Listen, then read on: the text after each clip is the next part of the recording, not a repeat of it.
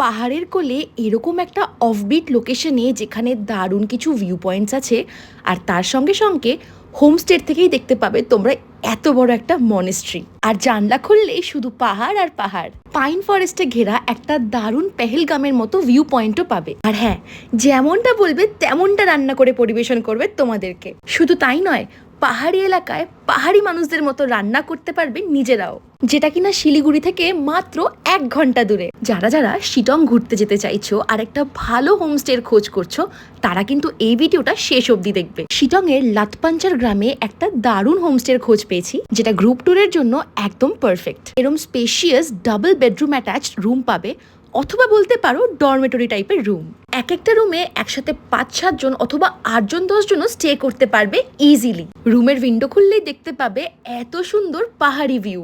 বাথরুমটাও দারুণ পরিষ্কার পরিচ্ছন্ন। খাওয়া দাওয়া অথবা বন্ধু বান্ধব, কাপল বা ফ্যামিলি মিলে আড্ডা, তার জন্য থাকছে বিশাল বড় একটা ডাইনিং হল।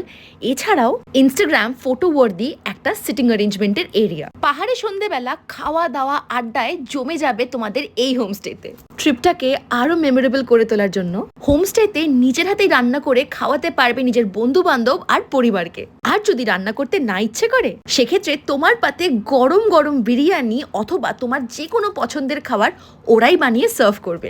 লাতপাঞ্চার গ্রাম, যেটা হচ্ছে শিটং নম্বর 3, সেখানেই অবস্থিত এই সুন্দর হোমস্টেটা, যার নাম দ্য কমেট হোটেল অ্যান্ড হোমস্টেজ এর লোটাস প্যারাডাইস। থাকার সঙ্গে সঙ্গে pick up, drop, sightseeing, খাওয়া দাওয়া সবটাই কিন্তু তোমরা খুবই অ্যাফোর্ডেবল প্যাকেজের মধ্যে পেয়ে যাবে। আর এই হোমস্টের আশেপাশেই রয়েছে দুর্দান্ত কিছু সাইট সিইং, এই যেমন অহলধারা ভিউ পয়েন্ট।